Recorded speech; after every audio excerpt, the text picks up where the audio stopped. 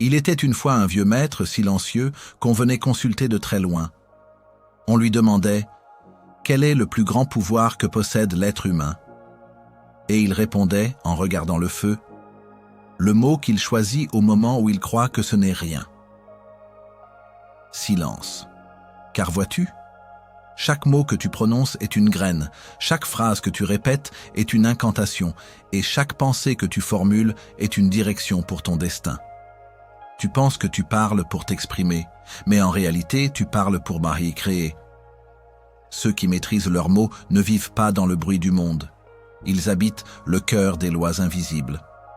Ils sculptent leur avenir avec des syllabes. Alors ce soir, reste avec moi et écoute, car ce que tu vas découvrir ici pourrait transformer non seulement ta parole, mais toute ta réalité. Et si tu ressens déjà cette énergie, abonne-toi à A, les rares livres. Et la voie s'ouvrira un peu plus à chaque mot. Dans le grand tissage de l'univers, bien avant que la matière ne prenne forme, avant même que les étoiles ne scintillent dans l'obscurité, il y eut un son, une vibration. Les anciens sages, dans leur quête des vérités primordiales, murmuraient que tout commence par le verbe, par la parole. Ce n'est pas une simple poésie, mais la révélation d'un principe fondamental, la puissance insoupçonnée des mots. Chaque son que nous émettons, chaque pensée que nous formulons dans le silence de notre esprit, chaque mot que nous prononçons à voix haute n'est pas un simple arrangement de lettres ou une vibration sonore anodine. C'est une force créatrice, une énergie subtile lancée dans le cosmos. Depuis les aurores des civilisations, de l'Égypte ancienne aux traditions védiques, des enseignements hermétiques aux philosophies grecques, la parole était considérée comme une force créatrice. Les mythes de la création eux-mêmes, à travers les âges et les cultures, racontent souvent comment l'univers fut tiré du néant par un son, un nom prononcé, un commandement divin. Que l'on parle du fiat lux, qui donna naissance à la lumière, ou des mantras sacrés dont la récitation était censée ordonner le chaos, l'idée est la même. Le mot est plus qu'un outil de communication. Il est un instrument de manifestation. Les alchimistes, dans leur quête de transformation de la matière, savaient que le véritable travail commençait par la transmutation de la pensée, puis par la justesse du verbe. Car nommer, c'est invoquer, énoncer, c'est matérialiser. Nos ancêtres n'étaient pas naïfs. Ils avaient une compréhension intuitive, parfois mystique, de ce que la science moderne commence à peine à effleurer, que tout est vibration. Et si tout est vibration, alors nos mots aussi sont des fréquences. L'idée que chaque mot est une vibration envoyée à l'univers n'est pas une métaphore lointaine. C'est une réalité tangible, bien que souvent invisible à l'œil nu. Chaque mot que nous choisissons porte en lui une charge énergétique, une intention, une résonance qui se propage bien au-delà de l'instant de sa prononciation. Imaginez l'univers comme une toile vibrante, une mer infinie de conscience. Lorsque vous prononcez un mot, c'est comme jeter une pierre dans cette mer. Les ondulations se propagent, touchant tout ce qui se trouve sur leur passage. Un mot de colère envoyé avec force créera des perturbations différentes d'un mot d'amour murmuré avec tendresse. Ces vibrations influencent non seulement ceux qui les reçoivent, mais aussi et surtout celui qui les émet. Nos propres corps, nos esprits, nos âmes sont les premiers récepteurs de ces ondes que nous émettons constamment. Pourtant, dans notre quotidien frénétique, nous avons oublié cette sagesse millénaire. Les mots sont devenus des outils jetables, des briques sans âme, lancées sans discernement. Nous parlons sans écouter, nous nous plaignons sans réfléchir, nous critiquons sans mesurer l'impact de nos paroles. Les réseaux sociaux sont le parfait reflet de cette déconnexion. Une cacophonie de mots lancés à la volée, souvent sans intention ni conscience de leur pouvoir. Nous sommes devenus des créateurs inconscients, semant des graines de discorde, de doute ou de limitation, sans réaliser que ces graines germent inévitablement dans notre propre jardin intérieur et dans le monde qui nous entoure. Mais il est temps de se souvenir, il est temps de reprendre conscience de cette magie intrinsèque qui réside dans chaque phrase, dans chaque son. Ce livre n'est pas un simple recueil de théories. C'est une invitation à redécouvrir le pouvoir sacré du langage, à en devenir le maître plutôt que la victime. C'est un appel à cesser d'être des locuteurs passifs pour devenir des créateurs conscients. Nous allons explorer ensemble comment nos mots façonnent notre réalité, comment les paroles inconscientes peuvent nous détruire, et comment la fréquence invisible de chaque phrase influence notre être. Nous plongerons dans la parole qui guérit, dans les mots qui agissent comme des portes vers l'invisible, et enfin dans l'art précieux de parler peu, mais juste. Ce voyage est une quête de souveraineté. Il s'agit de reprendre le contrôle de l'outil le plus puissant que l'univers nous ait donné, notre capacité à nommer, à affirmer, à créer par le verbe. En comprenant et en maîtrisant la magie de nos pensées et la puissance de nos mots, nous ne faisons pas seulement des changements superficiels dans nos vies, nous transformons la trame même de notre existence, nous devenons des alchimistes du quotidien, capables de transmuter le plomb de la peur et de la limitation en l'or de la conscience et de la création.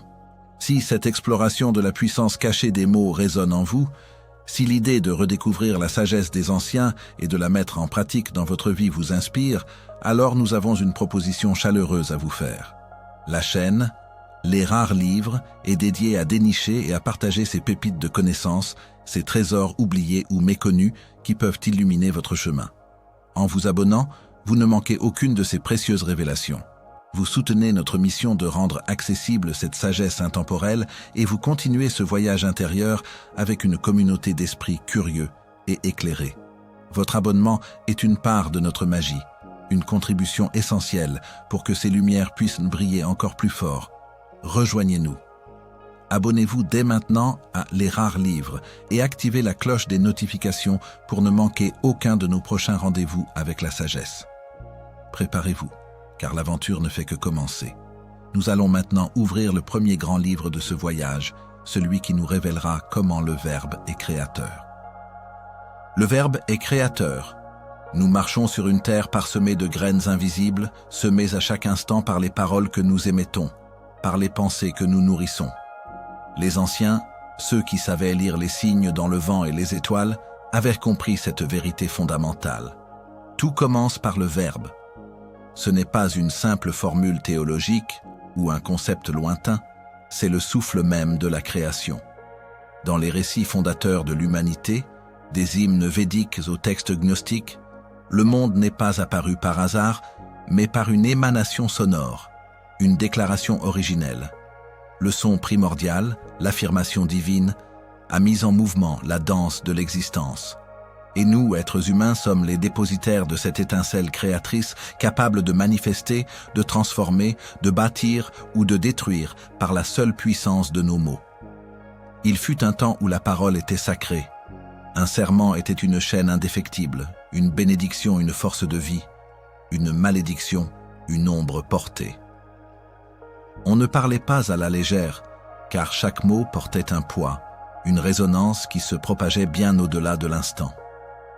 Dans ces cultures ancestrales, le nom d'une chose contenait son essence, le nom d'un être était son âme. Nommer, c'était donner forme, décréter, c'était faire advenir. Cette sagesse intuitive reconnaissait que le langage n'est pas qu'un outil de description du réel, mais un mécanisme actif de sa construction.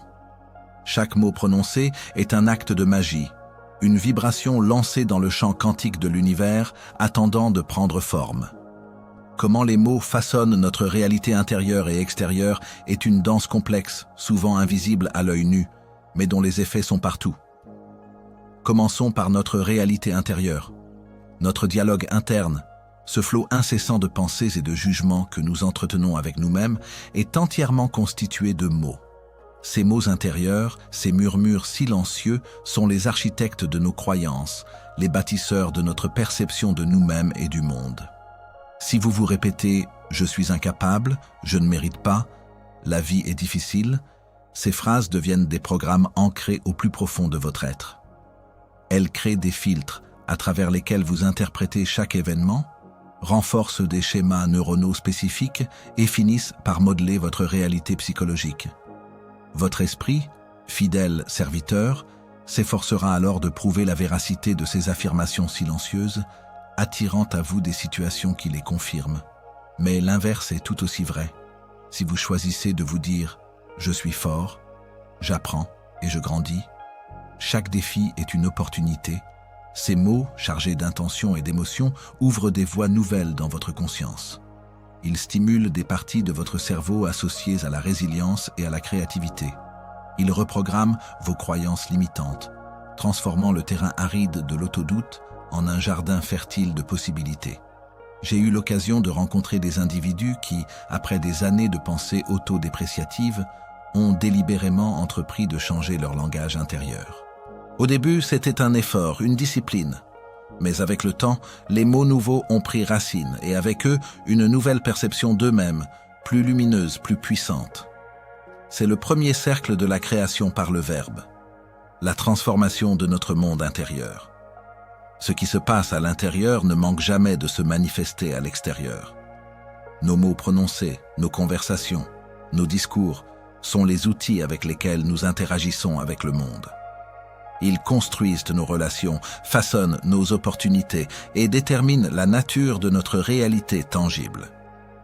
Un mot de colère lancé avec force peut briser un lien, ériger des murs invisibles et créer des dissonances dans l'environnement. À l'inverse, un mot de compassion, d'encouragement, de gratitude peut apaiser les tensions, ouvrir des portes inattendues et tisser des liens d'une force inouïe. Pensez à un leader dont les paroles inspirent la confiance et la vision, galvanisant des foules vers un objectif commun. Ces mots ne sont pas de simples sons, ils sont des codes qui activent des émotions, des convictions, des volontés. Ou à un soignant dont les paroles réconfortantes apaisent la douleur et redonnent espoir. Ces mots sont des phares qui percent l'obscurité du désespoir. Les mots agissent sur l'atmosphère, sur l'énergie collective. Ils peuvent élever ou rabaisser, unir ou diviser, créer la paix ou la guerre. Chaque civilisation est construite sur des mots, des lois, des constitutions, des mythes, des poèmes, qui sont les fondations invisibles de leur réalité. La magie du langage, cette capacité à transformer l'invisible en visible, est une vérité si profonde qu'elle a été codifiée dans d'innombrables paraboles et récits anciens. Laissez-moi vous en conter une, simple en apparence, mais riche de sens, que l'on retrouve sous diverses formes dans les traditions orales. Il était une fois, dans un village reculé, un ancien, un maître du langage, dont la réputation dépassait les montagnes. Les villageois venaient le voir non pas pour des miracles, mais pour ses paroles. Un jour, un jeune homme, le cœur lourd de doute et de peur, vint le trouver. « Maître, dit-il, ma vie est un fardeau. Rien ne me réussit. Je suis faible et la malchance me poursuit. Je ne vois aucun avenir. » L'ancien écouta attentivement, puis il prit 2 petits sacs de toile. Dans le premier, il plaça une pierre qu'il ramassa à ses pieds.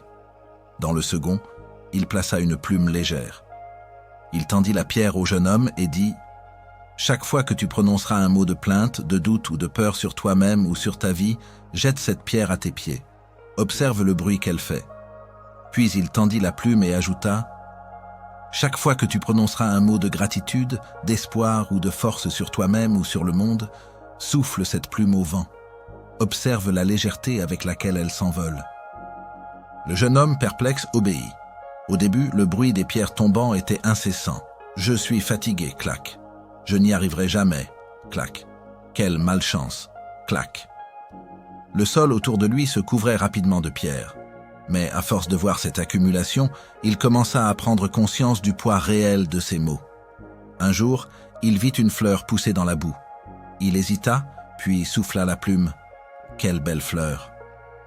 Le geste lui parut léger, mais une douce chaleur remplit son cœur. Petit à petit, le nombre de pierres diminuait et celui des plumes augmentait. Les « je suis fatigué » se transformèrent en « je prendrai le temps de me reposer ». Les « je n'y arriverai jamais » devinrent « je trouverai une autre voie ». Le village entier commença à remarquer un changement dans le jeune homme.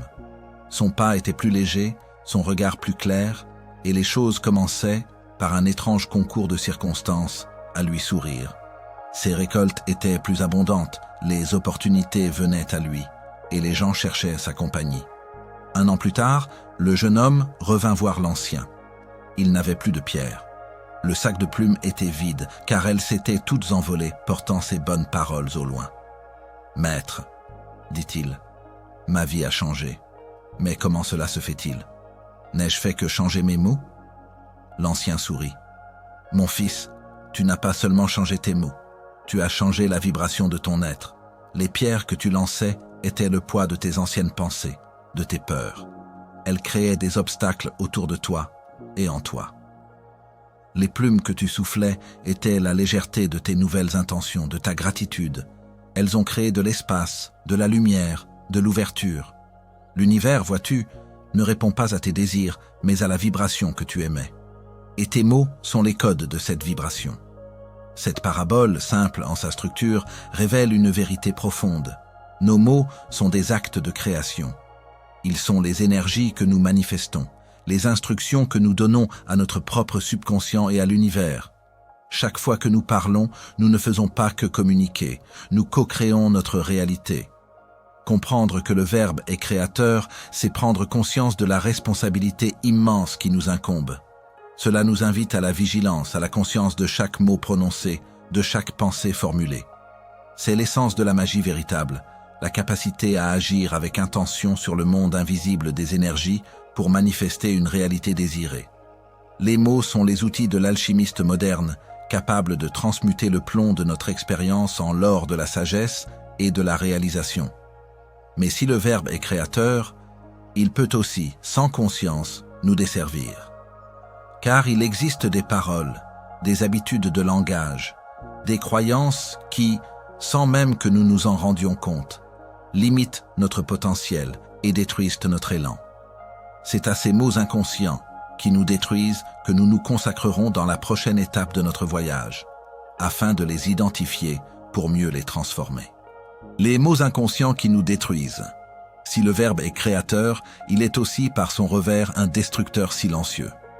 Nous avons appris que chaque mot est une vibration, une graine semée dans le champ de notre réalité. Mais il existe un jardin secret en nous, un lieu où poussent des mauvaises herbes que nous plantons sans même y penser, jour après jour. Ce sont les paroles que l'on prononce sans y penser et qui nous limitent.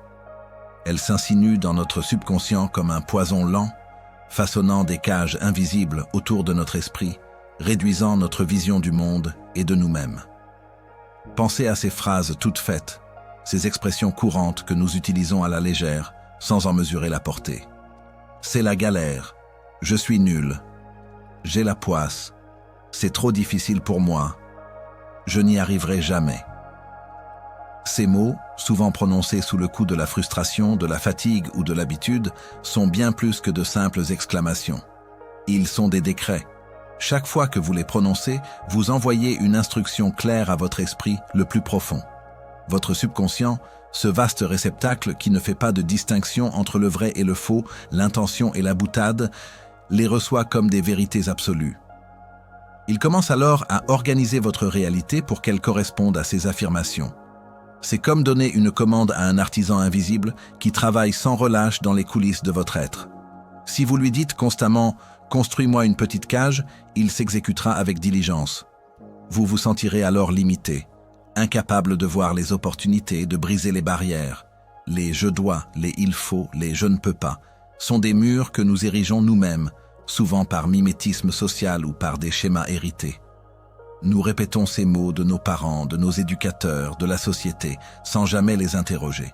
Ils deviennent des automatismes verbaux qui nous maintiennent dans un état de passivité, de résignation, loin de notre pouvoir créateur. Comment les croyances sont renforcées ou brisées par les mots est au cœur de cette dynamique. Une croyance n'est rien d'autre qu'une pensée que l'on entretient et à laquelle on accorde du pouvoir. Et la forme la plus courante de la pensée, c'est le mot. Nos croyances fondamentales, celles sur nous-mêmes, sur les autres, sur le monde, sur ce qui est possible ou impossible, sont le tissu invisible de notre réalité. Elles filtrent nos perceptions, orientent nos actions et déterminent nos résultats. Imaginez l'esprit comme un jardin. Les croyances sont les semences que nous y plantons. Chaque fois que nous prononçons un mot en accord avec une croyance, nous l'arrosons et la nourrissons. Si vous croyez que l'argent est difficile à gagner et que vous prononcez régulièrement des phrases comme « l'argent ne pousse pas dans les arbres » ou « il faut souffrir pour gagner sa vie », vous renforcez cette croyance. Elle s'enracine plus profondément et votre esprit commencera à manifester des expériences qui valideront cette vérité limitante.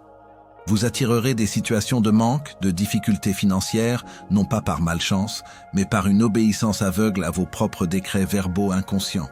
Ces mots agissent comme des sorts autoréalisateurs. La prophétie se réalise parce que le Verbe l'a initiée. Notre système de croyance est une gigantesque bibliothèque de mots stockés, de phrases répétées, d'affirmations silencieuses. Et ces livres intérieurs sont constamment lus et relus, façonnant le récit de notre vie. Si le récit est celui de la limitation, de l'échec, de l'impuissance, alors la vie le reflètera. Mais la magie réside dans le fait que si les mots peuvent renforcer les croyances limitantes, ils peuvent tout aussi bien les briser. Il suffit de changer le récit. C'est le processus de la désintoxication verbale, une purification du langage intérieur et extérieur. Il s'agit de devenir un gardien vigilant de ses propres paroles, de ne plus laisser les mots inconscients s'échapper sans discernement. Chaque fois qu'une pensée limitante surgit ou qu'une phrase autodépréciative est sur le point d'être prononcée, il s'agit d'intercepter ce mot et de le remplacer consciemment par une affirmation nouvelle, plus habilitante. Un exemple de transformation à travers le changement de langage intérieur illustre cette puissance.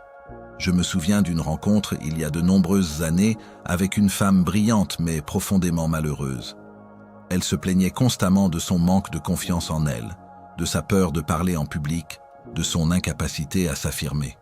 Chaque conversation avec elle était un flot de phrases comme « je suis trop timide »,« je ne suis pas assez bien »,« les autres sont toujours meilleurs que moi ». Ces mots n'étaient pas des descriptions de sa réalité. Ils étaient les architectes de sa réalité. Son corps même reflétait ses paroles, avec une posture voûtée et un regard fuyant. Je lui proposai un exercice simple, mais exigeant. Pendant 1 mois, elle devait s'interdire toute phrase autodépréciative, toute plainte, toute critique envers elle-même ou sa vie. À chaque fois qu'une telle pensée ou parole surgissait, elle devait la remplacer immédiatement par son contraire, formulée positivement. Par exemple, au lieu de « je suis trop timide », elle devait dire « je suis en train de développer ma confiance en moi ». Au lieu de « c'est trop difficile », elle devait affirmer « je suis capable de relever ce défi ». Au début, ce fut une véritable torture pour elle. Elle réalisa à quel point son esprit était conditionné à se rabaisser. Elle se sentait fausse en prononçant ces nouvelles phrases. Mais elle persévéra. Chaque soir, elle notait les phrases limitantes qu'elle avait interceptées et les affirmations qu'elle avait utilisées pour les remplacer. Elle commença aussi à prêter attention aux mots qu'elle utilisait en parlant aux autres. Après quelques semaines, une première transformation commença à opérer. Les phrases négatives se faisaient moins fréquentes, leur résonance moins forte. Les affirmations positives, d'abord récitées mécaniquement, commencèrent à prendre de la substance. Un jour, elle m'appela, la voix pleine d'une nouvelle énergie. Elle avait dû présenter un projet important devant un public nombreux, une situation qui l'aurait terrifiée auparavant.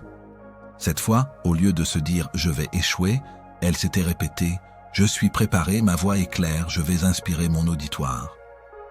Et elle avait réussi. Non seulement elle avait réussi, mais elle avait ressenti une joie et une confiance qu'elle n'avait jamais connues. Son langage intérieur avait changé, et avec lui, sa réalité extérieure. Elle n'était plus trop timide parce qu'elle avait cessé de se le dire. Son corps se redressa, son regard devint plus assuré, et ses interactions avec les autres se transformèrent. Les opportunités qui lui semblaient auparavant inaccessibles commencèrent à se présenter. Elle avait brisé les chaînes de ses propres mots inconscients. Cet exemple, parmi tant d'autres, démontre avec force que nos mots ne sont pas de simples reflets de notre réalité. Ils sont des constructeurs actifs de cette réalité. Les paroles inconscientes qui nous détruisent sont les prisons que nous construisons nous-mêmes, brique par brique, avec chaque mot limitant. Mais de la même manière, les paroles conscientes et choisies sont les clés qui ouvrent ces prisons, nous libérant vers notre véritable potentiel. Il s'agit donc d'être un jardinier vigilant de son propre esprit, de désherber constamment les mauvaises herbes des mots négatifs et de semer délibérément les graines des affirmations positives et constructives. C'est une pratique quotidienne, une discipline douce mais ferme. Chaque fois que vous choisissez un mot d'encouragement plutôt qu'un mot de critique, un mot de gratitude plutôt qu'un mot de plainte, Vous renforcez un nouveau chemin neuronal, vous envoyez une nouvelle instruction à l'univers et vous créez une réalité plus alignée avec votre véritable essence. C'est une invitation à l'authenticité et à la responsabilité. L'authenticité de dire ce que l'on pense et de penser ce que l'on dit, avec alignement. La responsabilité de reconnaître que nous sommes les premiers créateurs de notre monde intérieur par les mots que nous y laissons s'installer. C'est un retour à la sagesse ancestrale, où la parole était sacrée, car elle était reconnue comme un fragment du Verbe créateur lui-même. Mais au-delà du sens apparent et de l'intention consciente, chaque mot porte en lui une vibration, une fréquence invisible qui agit sur des plans plus subtils de notre être. C'est vers cette dimension profonde de la parole que nous nous tournerons dans la prochaine étape de notre voyage afin de découvrir la fréquence invisible de chaque phrase et comment l'intonation, l'intention et la vibration changent tout. La fréquence invisible de chaque phrase, nous avons vu que les mots sont des bâtisseurs, qu'ils peuvent créer ou détruire notre réalité intérieure et extérieure. Mais au-delà de leur sens apparent et de l'intention consciente, se cache une vérité plus profonde, plus subtile, que les anciens sages connaissaient intuitivement. Chaque mot que nous prononçons, et même chaque pensée que nous formons silencieusement, est un porteur d'énergie. Chaque mot possède une fréquence qui influence notre corps subtil. C'est un concept qui peut sembler abstrait, mais dont les répercussions sur notre bien-être, notre santé et notre interaction avec le monde sont d'une réalité palpable. Imaginez l'univers comme une symphonie infinie où chaque chose, chaque être, chaque pensée émet sa propre note, sa propre vibration.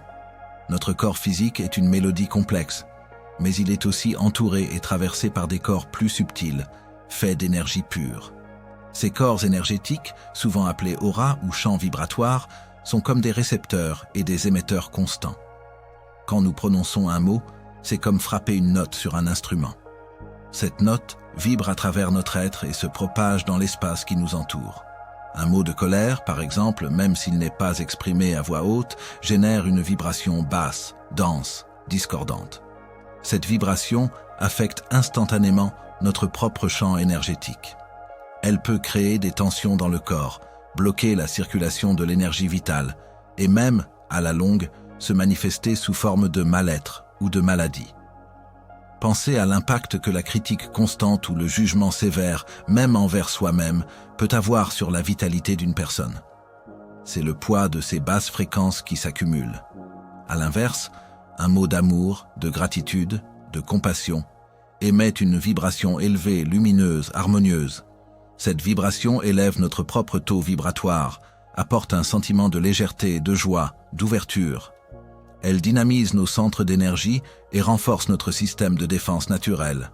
C'est pourquoi les prières, les chants sacrés, les mantras ont été utilisés depuis des millénaires comme des outils de transformation et de guérison. Ce n'est pas seulement le sens des mots qui agit, mais leur puissance vibratoire. Le mot n'est pas seulement une information, il est une énergie. Et l'énergie influence l'énergie. Notre corps subtil, cette partie de nous qui est plus proche de l'essence, est profondément sensible à la qualité vibratoire de nos paroles. C'est pourquoi nous ressentons instinctivement la différence entre une parole sincère et une parole vide, entre une parole bienveillante et une parole venimeuse, même si les mots eux-mêmes sont similaires. La vibration ne ment jamais. Comment l'intonation, l'intention et la vibration changent, tout est le secret qui amplifie ou diminue le pouvoir intrinsèque d'un mot. Un mot peut être le même sur le papier, mais son impact est radicalement différent selon la manière dont il est prononcé et surtout l'énergie qui est mise derrière. L'intonation est la mélodie de nos mots. Elle peut exprimer la joie, la tristesse, l'autorité, le doute, l'amour ou le mépris. Une même phrase, « je suis là » peut être un cri de soutien, un reproche passif-agressif ou un simple constat selon l'intonation. L'intonation est le véhicule de l'émotion consciente ou inconsciente que nous attachons à nos mots. Elle colore la fréquence vibratoire du mot, la rendant plus douce ou plus âpre, plus élevée ou plus basse. Une intonation douce et enveloppante, même avec des mots simples, peut apaiser et rassurer. Une intonation dure et tranchante, même avec des mots neutres, peut blesser et créer de la distance. C'est un peu comme la différence entre un instrument bien accordé jouant une mélodie harmonieuse et un autre jouant faux, créant de la dissonance. L'intention est le cœur de la vibration. C'est le moteur invisible, la direction consciente que nous donnons à nos mots. Un mot prononcé sans intention est comme une flèche tirée sans cible. Il peut errer sans effet. Mais un mot chargé d'une intention claire et pure devient une force dirigée. Si vous dites « je te pardonne » avec une intention réelle de pardon et de libération, le mot porte une énergie de guérison. Si vous le dites avec une intention de reproche ou de manipulation, le même mot porte une énergie de lourdeur et de ressentiment. C'est l'intention qui donne au mot son véritable pouvoir créateur. Les anciens savaient que l'intention pure était la clé de toute magie et de toute manifestation. Elle est la signature vibratoire qui accompagne le mot, le guide, et lui donne son sens profond dans l'univers énergétique. La vibration est le résultat de cette fusion entre le mot lui-même, l'intonation qui le colore et l'intention qui l'anime. Elle est la qualité énergétique totale de la phrase. Une parole prononcée avec un cœur rempli de gratitude, même pour la plus petite des choses, émet une vibration de haute fréquence qui attire davantage de raisons d'être reconnaissant. C'est la loi de la résonance. Ce que vous émettez, vous le recevez en retour. Si vos mots sont empreints de jugement et de négativité, ils résonneront avec des situations et des personnes qui reflètent ces vibrations. Si vos mots sont porteurs de lumière, d'espoir et d'amour, ils créeront un champ d'attraction pour des expériences positives. C'est pourquoi il ne suffit pas de changer nos mots en surface, de passer de « je ne peux pas » à « je peux ». Il faut que l'intonation soit congruente avec l'affirmation et surtout que l'intention soit pure et alignée. Si vous dites « je peux » avec un soupir de résignation et une intention de doute, la vibration réelle qui se dégage est celle du « je ne peux pas ». La vibration est le langage universel, le langage de l'âme, que le subconscient et l'univers lisent au-delà des mots prononcés. Pour élever consciemment la qualité de notre parole, pour la rendre plus puissante, plus harmonieuse, nous pouvons pratiquer quelques exercices simples pour élever le taux vibratoire de sa parole. Ces pratiques ne demandent pas de grands rituels, mais une attention constante et un cœur ouvert. Le souffle intentionnel avant la parole. Avant de prononcer une phrase importante, ou même avant de vous engager dans une conversation, prenez une profonde inspiration. Dans ce souffle, insufflez l'intention que vous souhaitez donner à vos mots, paix, clarté, amour, force. Expirez lentement en formulant mentalement le premier mot. C'est une manière simple d'ancrer votre parole dans votre être profond et de lui donner une charge vibratoire positive. Cela permet de briser le cycle des réactions impulsives et d'introduire la conscience. La méditation sonore du mot positif. Choisissez un mot qui évoque en vous une émotion élevée. Gratitude, amour, paix, force, harmonie. Répétez ce mot doucement, à voix basse, puis mentalement. Concentrez-vous sur la sensation qu'il procure en vous. Laissez sa vibration se diffuser à travers votre corps. Faites cet exercice pendant 5 à 10 minutes chaque jour. Non seulement cela élèvera votre propre taux vibratoire, mais cela imprégnera ce mot d'une puissance accrue pour les fois où vous l'utiliserez consciemment. C'est une forme de mantra personnel. L'observation consciente de l'intonation. Dans vos conversations quotidiennes, devenez un observateur de votre propre intonation et de celle des autres. Remarquez comment une intonation change la perception d'un mot. Essayez de moduler votre propre intonation pour qu'elle corresponde à l'intention la plus élevée de vos paroles. Si vous voulez exprimer de la bienveillance, parlez avec une voix douce et chaleureuse. Si vous voulez exprimer de la clarté, parlez avec une voix ferme et posée. C'est un entraînement auditif et vocal qui affine votre maîtrise. La prière, ou affirmation du cœur. Lorsque vous utilisez des affirmations ou des prières, même laïques, ne vous contentez pas de les réciter mécaniquement. Sentez les mots dans votre cœur, laissez l'émotion de la gratitude ou de l'espoir les traverser. Visualisez ce que vous affirmez comme déjà réel, ressentez la joie de sa manifestation. C'est l'union de l'intention claire, esprit, de l'émotion, cœur, et de la vibration mot, qui crée la véritable puissance. Chaque phrase devient alors une incantation, un acte de magie consciente. Le silence.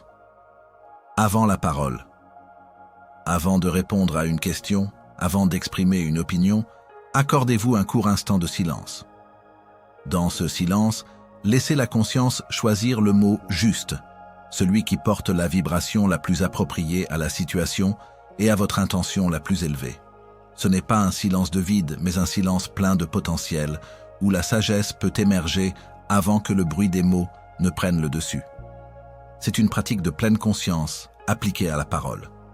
Élever le taux vibratoire de sa parole n'est pas une quête ésotérique réservée à quelques initiés. C'est une discipline accessible à tous, une invitation à reprendre la pleine maîtrise de notre outil créateur le plus puissant. En prenant soin de la fréquence invisible de chaque phrase, nous transformons non seulement la qualité de nos interactions, mais aussi la substance même de notre être. Nous devenons des émetteurs conscients de lumière et d'harmonie, influençant positivement notre environnement et attirant à nous des expériences qui résonnent avec cette nouvelle vibration. Le mot, alors, n'est plus un simple son dans l'air. Il est une note dans la symphonie de l'univers, une vibration qui danse avec toutes les autres, créant une réalité plus belle, plus juste, plus harmonieuse. C'est un acte d'amour envers soi-même et envers le monde. Et si les mots peuvent façonner notre réalité, ils ont aussi un pouvoir immense de réconciliation et de restauration. C'est pourquoi la prochaine étape de notre voyage nous mènera à explorer la parole qui guérit et comment elle peut restaurer l'harmonie intérieure et extérieure. La parole qui guérit. Après avoir sondé la fréquence invisible de chaque mot et compris comment il tisse la trame subtile de notre être, il est temps de se tourner vers le pouvoir le plus noble et le plus bienfaisant du langage, sa capacité à restaurer, à apaiser, à réparer. Il existe une magie inhérente aux mots, une vibration sacrée capable de transformer la discorde en harmonie, le mal-être en bien-être. C'est l'art de la parole qui guérit, une sagesse ancestrale qui nous enseigne comment les mots peuvent restaurer l'harmonie intérieure et extérieure. La maladie, le conflit, la souffrance ne sont pas seulement des affections physiques ou des désaccords. Ils sont souvent le reflet d'une dissonance, d'un désalignement dans nos énergies, dans nos pensées ou dans nos relations. Quand notre être intérieur est fragmenté par des pensées négatives, des autocritiques incessantes, des rancœurs non exprimées, cette disharmonie se manifeste tôt ou tard dans le corps ou dans la qualité de nos interactions. Le mot, en tant que vibration et porteur d'intention, possède la clé pour réajuster cette mélodie, pour ramener les notes discordantes à l'unisson. Comment les mots peuvent restaurer l'harmonie intérieure et extérieure est un processus qui commence par la reconnaissance de leur pouvoir intrinsèque. Au niveau intérieur, la guérison par les mots se manifeste par le dialogue que nous entretenons avec nous-mêmes. Si les mots inconscients nous détruisent, les mots conscients peuvent nous reconstruire. La répétition d'affirmations positives, prononcées avec foi et intention, agit comme un baume sur les blessures de l'âme. Je suis digne d'amour. Mon corps est en parfaite santé. Je suis capable de surmonter ce défi. Ces phrases, loin d'être des vœux pieux, sont des instructions données à notre subconscient, des vibrations d'auto-guérison. Elles transforment les schémas neuronaux du désespoir et de la maladie en chemins de vitalité et d'espoir. Elles modifient notre chimie interne, influençant la libération d'hormones liées au bien-être. C'est le principe même de l'effet placebo, un témoignage éloquent de la puissance de la pensée et du mot sur le corps. Mais ici, il ne s'agit pas d'un placebo induit de l'extérieur, mais d'une auto-guérison activée par notre propre verbe. J'ai vu des personnes, usées par la maladie ou le chagrin, retrouver une vitalité surprenante en changeant délibérément le récit qu'elles se faisaient d'elles-mêmes et de leurs conditions. C'est comme si chaque mot de bienveillance envers soi-même était une cellule nouvelle, pleine de lumière. Au niveau extérieur, les mots guérissent les relations. Combien de ponts brisés pourraient être réparés par un mot d'excuse sincère, un mot de compréhension, un mot de reconnaissance? Le pardon n'est pas qu'un concept, c'est une libération, un acte vibratoire qui coupe les liens énergétiques du ressentiment et ouvre la voie à la réconciliation. Un mot de gratitude exprimé avec le cœur peut transformer une relation tiède en un lien profond. Une conversation où chacun s'écoute avec compassion, où les mots sont choisis pour construire et non pour détruire, peut dissoudre des années de malentendus et de douleurs. Les mots sont les fils avec lesquels nous tissons la toile de nos interactions. Choisir des mots de paix, de respect, d'empathie. C'est créer un environnement où l'harmonie peut fleurir. C'est reconnaître que l'autre est aussi une vibration et que nos mots peuvent soit élever sa fréquence, soit la rabaisser. La parole qui guérit est une parole intentionnelle, chargée d'amour et de respect pour soi et pour autrui. Elle est le reflet d'un cœur en paix qui cherche à étendre cette paix autour de lui. La sagesse des anciens sur la guérison, par les incantations, prières ou affirmations, est une source inestimable de connaissances sur ce pouvoir du verbe. Longtemps avant la médecine moderne, les chamans, les prêtres, les guérisseurs de toutes les traditions utilisaient le pouvoir du son et du mot pour soigner les maux du corps et de l'âme. Les incantations n'étaient pas de simples charmes, c'étaient des séquences de mots et de sons dont la vibration spécifique était censée réaligner les énergies, chasser les mauvais esprits, souvent des énergies négatives ou des schémas de pensée bloquants, et invoquer des forces de guérison. La répétition rythmique, la mélodie associée aux mots, amplifiait leur pouvoir vibratoire, créant un champ d'énergie propice à la transformation. L'intention du guérisseur, fusionnée avec la vibration des mots, agissait comme un catalyseur. Les prières, dans toutes les religions et spiritualités, sont une forme puissante de guérison par le verbe. Qu'elles soient prononcées à haute voix ou dans le silence du cœur, les prières sont des affirmations de foi, des demandes d'aide, des expressions de gratitude adressées à une intelligence supérieure ou à l'univers lui-même. Leur pouvoir réside dans l'élévation de la conscience qu'elles provoquent, dans l'ouverture qu'elles créent à des forces plus grandes que soi. Le mot de la prière, chargé de dévotion et d'humilité, libère des blocages et invite l'énergie de guérison à circuler. Il y a, dans la prière sincère, une reconnaissance de l'interconnexion de toutes choses et une libération du poids du contrôle, permettant à la guérison de se manifester. Les affirmations, telles que nous les connaissons aujourd'hui, sont les héritières directes de ces pratiques ancestrales. Elles sont la formulation consciente de vérités que l'on souhaite manifester. Chaque jour et à tout point de vue, je vais de mieux en mieux. Cette formule célèbre n'est pas seulement une phrase, c'est une intention vibratoire puissante lancée dans le subconscient et dans l'univers. Ces affirmations fonctionnent parce qu'elles reprogramment notre dialogue interne, alignent nos pensées avec nos désirs de guérison et élèvent notre fréquence vibratoire pour qu'elle résonne avec la santé et le bien-être. Elles transforment les schémas de maladie en schémas de vitalité. Pour illustrer ce pouvoir, laissez-moi vous partager une histoire ou métaphore ancienne sur la guérison par le verbe. Elle vient des contes des peuples sages du désert où l'eau et les mots étaient tenus pour des trésors inestimables. Dans un village reculé, au bord d'une oasis asséchée, vivait un homme que l'on appelait le tisseur de mots. Il n'était pas médecin, mais les gens venaient le voir quand la maladie rongeait le corps ou quand la discorde déchirait le cœur. Un jour, une femme, le corps affaibli par une longue fièvre et l'esprit tourmenté par des querelles familiales, vint le trouver. Son visage était marqué par la souffrance, sa voix n'était qu'un murmure plaintif. Le tisseur de mots ne lui donna pas d'herbe médicinale. Il ne prononça pas de formule complexe. Il lui demanda de lui apporter un grand bol d'eau pure de la source lointaine, celle qui était encore vive. Quand elle revint, épuisée avec le bol, il lui dit « Maintenant, ma fille, chaque soir, avant le sommeil, et chaque matin, au lever du soleil, tu vas t'asseoir devant ce bol, et tu vas y murmurer toutes les plaintes, toutes les peurs, toutes les colères qui t'habitent. Non pas pour les revivre, mais pour les laisser s'échapper, pour les déposer dans l'eau, voilées comme des ombres qui se dissolvent. » La femme fit comme il lui avait dit. Les premiers soirs, les mots étaient amers, chargés de douleur et de ressentiment. L'eau semblait s'assombrir avec chaque plainte, mais elle persévéra. Puis, après avoir vidé son cœur de toutes ses ombres, le tisseur de mots lui donna une autre instruction. « Maintenant, à la place de ces ombres, tu vas murmurer dans l'eau toutes les gratitudes que tu peux trouver, même les plus petites. La chaleur du soleil sur ta peau, le chant d'un oiseau, la saveur d'un fruit, la force de l'eau que tu as puisée. Et tu vas aussi murmurer toutes les bénédictions que tu souhaites pour toi-même, pour ta santé, pour la paix dans ta famille, pour l'harmonie dans ton cœur.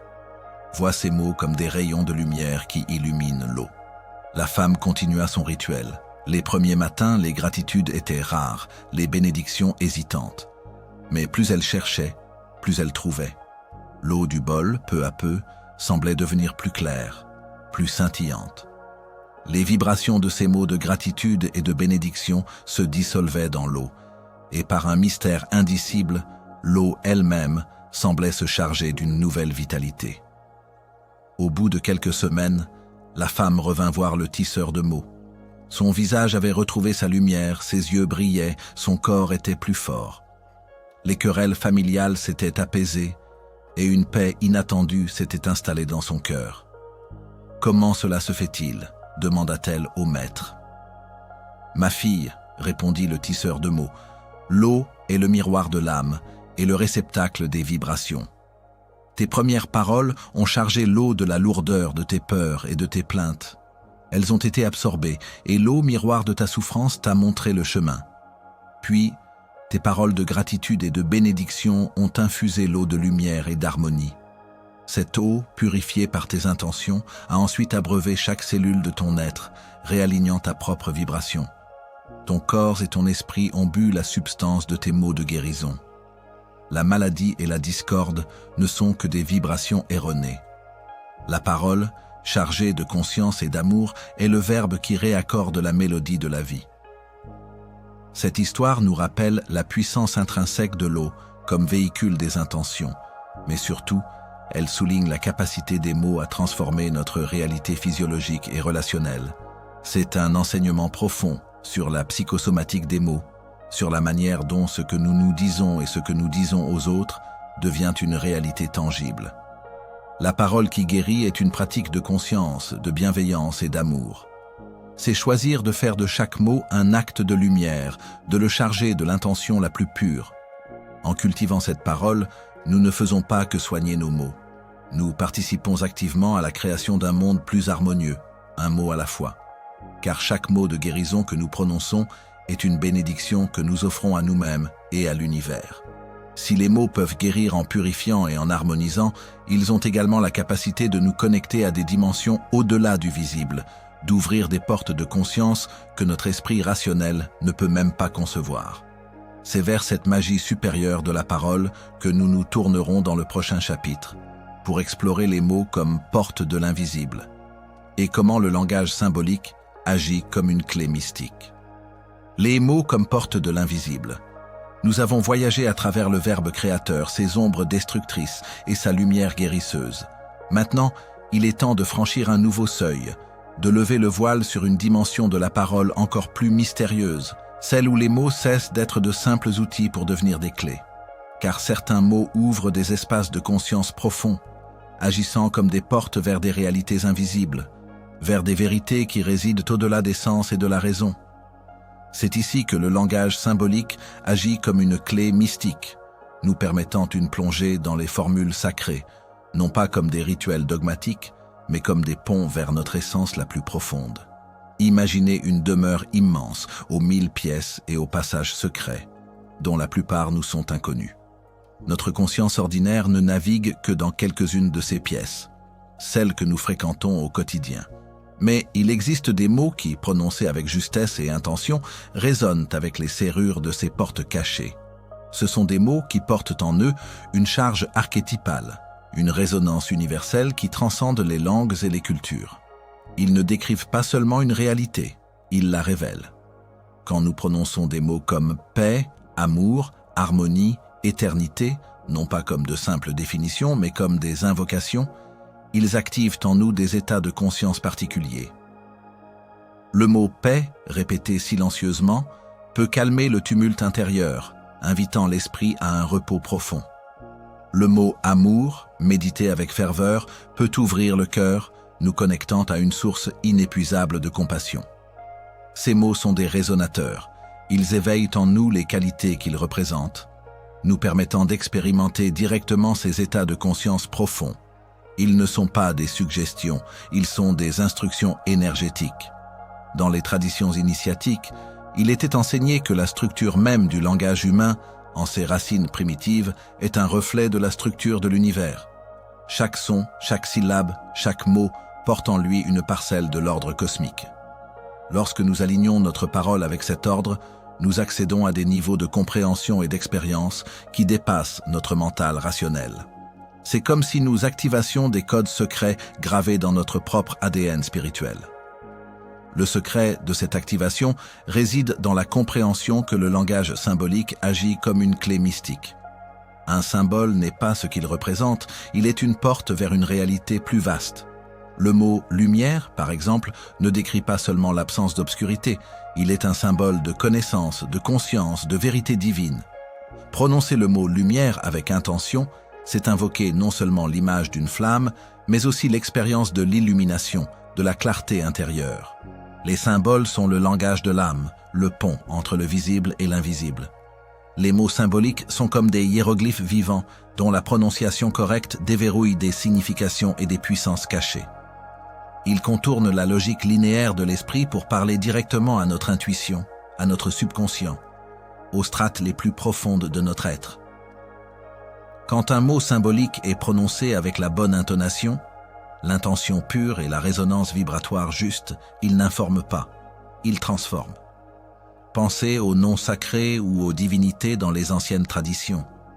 Indépendamment de toute croyance religieuse, le fait de prononcer certains noms ou attributs n'était pas un acte de superstition mais une invocation. Chaque nom était une concentration de qualités divines ou cosmiques. En le prononçant, l'initié cherchait à se mettre en résonance avec ces qualités, à les attirer en lui, à les manifester dans sa vie. C'était un acte de co-création par identification vibratoire. Les rêves sont un autre domaine où le langage symbolique est roi. Les messages des rêves ne sont presque jamais directs. Ils nous parlent à travers des symboles, des images, des scénarios qui défient la logique. Les mots qui émergent de ces états de rêve ou qui sont utilisés pour décrire ces expériences portent en eux une charge symbolique qui peut, si elle est comprise, ouvrir des portes à une sagesse intérieure profonde. Le poète, l'artiste, le mystique sont des maîtres du langage symbolique capables de toucher l'âme au-delà des mots ordinaires. Cette compréhension nous mène à une plongée dans les formules sacrées, sans nous attacher à aucune religion spécifique, mais en reconnaissant leur essence universelle. Ces formules, que l'on retrouve sous diverses formes dans presque toutes les cultures spirituelles, sont des arrangements précis de mots et de sons conçus pour un but spécifique. Élever la conscience, invoquer la protection, manifester l'abondance ou encore dissoudre des obstacles. Prenons l'exemple des mantras, ces sons ou phrases répétées dans les traditions orientales. Un mantra n'est pas seulement une prière, c'est une formule sonore dont la vibration même, répétée avec concentration, est censée nettoyer le mental, calmer les vagues de pensée et nous connecter à des états de conscience supérieurs. Om, le son primordial, n'est pas un mot au sens habituel. C'est une vibration universelle qui résonne avec la création elle-même. Le répéter, c'est se mettre en harmonie avec cette vibration fondamentale de l'existence. Dans d'autres traditions, on trouve des incantations de bénédiction ou des chants de louange. Leur pouvoir ne vient pas seulement de leur contenu sémantique, mais de la pureté de l'intention et de la résonance du son. Lorsque les mots sont chantés ou psalmodiés, leur vibration est amplifiée et leur effet sur le corps subtil et l'environnement devient plus palpable. C'est comme si la voix devenait un instrument de musique divine, accordé pour jouer des mélodies de lumière et d'harmonie. Je me souviens d'une rencontre dans un village reculé d'Afrique où une vieille femme, aux mains ridées par le temps et au regard profond comme la terre, soignait les maladies non pas avec des herbes, mais avec des murmures. Elle ne donnait pas de médicaments, mais elle plaçait ses mains sur la personne souffrante et entonnait de très anciens chants. Les mots de ces chants n'étaient pas compréhensibles dans le langage courant, mais leur mélodie, leur rythme, leur vibration étaient d'une puissance apaisante et revitalisante. J'ai vu des corps se détendre, des esprits se calmer et des visages retrouver la sérénité. Elle ne guérissait pas au sens médical, elle réaccordait par le son et l'intention la vibration disharmonieuse de la personne avec la vibration harmonieuse de la vie. Les mots étaient les clés de cette résonance. C'est ce que j'appelle les formules sacrées. Elles sont sacrées non pas parce qu'elles appartiennent à une religion particulière, mais parce qu'elles reconnaissent et honorent le pouvoir inhérent du verbe. Elles nous rappellent que le langage est une technologie spirituelle, un pont entre notre conscience limitée et l'immensité de l'esprit universel. Elles ne sont pas là pour être comprises par la logique, mais pour être ressenties, pour être expérimenté. Pour utiliser ces portes de l'invisible, il faut cultiver une nouvelle relation avec les mots. Il faut les approcher avec respect, avec intention, avec une conscience de leur potentiel sacré. Choisissez vos mots avec une intention sacrée. Avant de parler, demandez-vous, ce mot, cette phrase, va-t-il élever ou rabaisser? Va-t-il ouvrir ou fermer? Va-t-il éclairer ou assombrir? Chaque parole peut être une offrande. Méditez sur les mots-clés. Identifiez les mots qui résonnent le plus en vous, ceux qui évoquent les qualités que vous souhaitez incarner ou les états de conscience que vous désirez atteindre. Amour, sagesse, courage, gratitude, lumière. Méditez sur ces mots. Laissez leur vibration vous imprégner. Utilisez la résonance vocale. Prononcez ces mots avec une intention claire en sentant leur vibration dans votre corps. Expérimentez avec différentes intonations, en cherchant celle qui vous semble la plus juste, la plus harmonieuse, la plus puissante. N'hésitez pas à les chanter doucement. Écoutez le silence qui précède le mot. La pleine conscience de la parole commence dans le silence. Avant de prononcer un mot, prenez un instant pour ressentir le vide, le potentiel pur d'où le mot émergera. C'est dans ce silence que la sagesse du choix du mot juste se révèle. Ces pratiques, loin d'être des superstitions, sont des disciplines de l'esprit et de l'âme.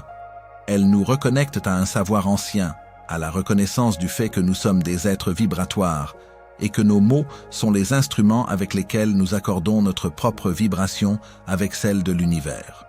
En cultivant la parole comme une porte de l'invisible, nous ne nous contentons pas de communiquer. Nous participons activement à la grande symphonie de la création, devenant des chefs d'orchestre conscients de notre propre mélodie de vie. Cependant, cette puissance du verbe, cette capacité à ouvrir des portes, implique une grande responsabilité, car un mot mal choisi, un mot prononcé sans conscience, peut non seulement nous limiter ou nous blesser, mais aussi créer des dissonances dans le monde. C'est pourquoi la sagesse nous invite à une autre discipline essentielle, celle de la mesure, du silence, de la justesse. C'est vers l'art de parler peu, mais juste que nous mènera notre prochaine et avant-dernière exploration. L'art de parler peu, mais juste, après avoir exploré la puissance créatrice des mots, leurs ombres insidieuses, leurs fréquences subtiles et leur capacité à ouvrir les portes de l'invisible, nous arrivons à un paradoxe essentiel. Pour que la parole soit véritablement magique, elle doit être précédée et encadrée par le silence. C'est ici que réside l'art de parler peu, mais juste, une discipline qui fut le sceau de la sagesse dans toutes les traditions authentiques. L'importance du silence dans les traditions anciennes est un fil d'or tissé à travers les tapisseries des spiritualités et des philosophies les plus vénérables, des ermites solitaires aux mystiques contemplatifs, des moines vouant leur vie aux vœux de silence aux sages du désert. Tous reconnaissaient le silence non pas comme une absence, mais comme une présence. C'était un espace sacré, le terreau fertile d'où naissait la véritable connaissance. Dans de nombreuses cultures, le silence était considéré comme la langue de Dieu, le lieu où l'âme pouvait entendre les murmures du divin, le royaume où les vérités profondes se révélaient sans le voile des mots. La méditation, la prière profonde, les retraites contemplatives n'étaient possibles que dans un silence intérieur et extérieur. Les bruits du monde, et surtout le vacarme de nos propres pensées, sont des obstacles à cette écoute profonde. Le silence nous invite à cesser de nous agiter, à calmer les vagues de l'esprit pour voir le fond clair de l'océan. Les maîtres anciens enseignaient que parler sans réfléchir, c'est disperser son énergie. Chaque mot prononcé sans conscience est une goutte d'eau gaspillée dans un désert. Le silence, au contraire, permet d'accumuler cette énergie, de la concentrer, de la raffiner. C'est dans le creuset du silence que les pensées prennent forme avec clarté, que les intentions se purifient et que le mot juste peut enfin émerger. C'est une discipline de l'écoute de soi, l'écoute de l'autre, l'écoute du monde, qui ne peut se faire que lorsque le bruit cesse. Combien de malentendus, de conflits, de regrets naissent de paroles lancées à la hâte sans peser leur poids. Le monde moderne, saturé de conversations incessantes, d'informations en continu, de discussions sans fin, semble avoir perdu le sens de la valeur du silence. Pourtant, c'est dans ce vide apparent que réside le véritable pouvoir. Le silence est un tamis. Il ne laisse passer que l'essentiel. C'est pourquoi la parole doit être sacrée et pesée. Si le Verbe est créateur, alors chaque mot est une offrande à l'univers, à l'autre, à soi-même. Une parole sacrée est une parole consciente, intentionnelle, alignée avec la vérité la plus profonde de notre être. Elle n'est pas utilisée pour le divertissement futile, la médisance ou la manipulation. Elle est réservée au moment où elle peut apporter de la lumière, de la clarté, de l'harmonie, de la guérison. Dans la tradition pythagoricienne, les disciples devaient observer des années de silence avant d'être autorisés à parler en public, et même alors, leurs paroles étaient mesurées et profondes. C'était une éducation à la non-dispersion, à la maîtrise de soi. La parole devenait alors un acte rituel, un geste chargé de sens et de puissance. Ce n'est pas la quantité de mots qui importe, mais leur qualité, leur vibration, leur vérité intrinsèque. Un seul mot juste prononcé au bon moment avec la bonne intention peut changer le cours d'une vie, là où 1000 discours vides n'auront aucun impact. Peser ces mots, c'est les tenir dans la balance de la conscience avant de les laisser s'envoler. C'est se demander, ce que je suis sur le point de dire est-il vrai? Est-il nécessaire? Est-il bienveillant? Est-il utile? Est-il silencieux ou silencieux? Si la réponse à l'une de ces questions n'est pas affirmative, alors le silence est la meilleure réponse. Un mot non dit peut contenir plus de sagesse qu'une phrase malheureuse. J'ai personnellement expérimenté la puissance de cette discipline. Dans des moments de tension ou de conflit, ma première impulsion est souvent de réagir avec une décharge de mots, d'expliquer, de me défendre, de justifier. Mais chaque fois que j'ai pris une pause, un instant de silence profond, la réponse qui a émergé n'était jamais la même que la réaction impulsive. La parole était plus posée, plus juste, plus à même de désamorcer la situation. Le silence a permis à la sagesse de prendre le relais de l'émotion. C'est une pratique qui demande de l'humilité et de la force. L'histoire et la sagesse populaire sont remplies de courtes légendes ou sagesses sur les maîtres du silence. Permettez-moi de vous conter celle d'un ermite des montagnes lointaines. Dans les pics enneigés où le vent seul murmurait, vivait un vieil ermite réputé pour sa sagesse. Mais ce qui étonnait le plus, les rares pèlerins qui parvenaient jusqu'à lui, c'était son silence presque absolu. Il ne parlait que quelques mots par jour, et souvent il répondait aux questions par un simple regard ou un geste. Un jeune disciple, avide de connaissances, passa des années auprès de lui, espérant percer le secret de sa sagesse. Un jour, incapable de retenir sa curiosité, il demanda à l'ermite « Maître, vous possédez une sagesse que nul autre n'égale. Comment l'avez-vous acquise, vous qui parlez si peu ?» L'ermite le regarda longuement, puis d'une voix à peine audible mais qui résonnait comme le vent dans les rochers, il dit « Mon fils, la sagesse n'est pas dans le mot prononcé, mais dans le mot retenu. Un jour, j'ai eu une vision. J'ai vu tous les mots que j'avais prononcés dans ma vie, comme des oiseaux qui s'envolaient de ma bouche. Certains étaient lumineux et s'envolaient vers le soleil, mais beaucoup étaient sombres et tombaient comme des pierres, polluant la terre. J'ai vu le poids de mes paroles inutiles, le poison de mes paroles blessantes, la futilité de mes paroles vaines. Il marqua une pause, son regard lointain. Alors j'ai décidé de ne plus laisser s'envoler que les oiseaux de lumière. J'ai appris à écouter le silence, car c'est là que l'univers murmure ses vérités. J'ai appris à respirer avant de parler, pour que chaque mot soit nourri par la conscience. J'ai compris que le véritable pouvoir n'est pas dans la force du cri, mais dans la justesse du murmure. Le disciple stupéfait demanda « Mais comment sait-on si un mot est un oiseau de lumière ?» L'ermite sourit doucement. « Tu le sens dans ton cœur, mon enfant. S'il apporte la paix, la clarté, l'amour, la vérité, alors il est lumière. S'il apporte le trouble, le doute, la discorde, l'obscurité, alors il est ombre. Le silence est le gardien de la lumière. Il protège le jardin de ton âme des mauvaises herbes de la parole vaine. » Depuis ce jour, le disciple comprit. Il ne chercha plus les longs discours, mais la justesse silencieuse. Il apprit à savourer le vide entre les mots, à respecter le non-dit, à honorer le silence avant chaque expression. Et c'est dans ce silence qu'il commença à entendre la sagesse qui avait toujours été là. Cette légende n'est pas qu'un conte, c'est un enseignement profond sur la discipline de la parole. Elle nous rappelle que le silence est le maître de la parole. Il affine notre écoute, purifie nos intentions et nous permet de choisir les mots non pas par habitude ou par réaction, mais par sagesse et par amour. Dans un monde où le bruit est roi, pratiquer l'art de parler peu mais juste est un acte révolutionnaire. C'est un retour à notre souveraineté intérieure, une affirmation de notre pouvoir de créer une réalité plus harmonieuse en commençant par le sanctuaire de nos propres mots. C'est reconnaître que la véritable force ne réside pas dans le volume de notre voix, mais dans la profondeur de notre silence et dans la justesse de nos paroles. Nous avons maintenant parcouru le cycle complet de la magie des mots. Du verbe créateur à la discipline du silence, chaque étape nous a révélé une dimension essentielle de notre pouvoir. Il est temps maintenant de recueillir les fils de cette sagesse, de les tisser en un message final et d'inviter chacun à embrasser pleinement cette magie pour transformer sa vie et le monde. Nous avons parcouru un chemin sacré, des murmures originels du verbe créateur aux silences éloquents des maîtres.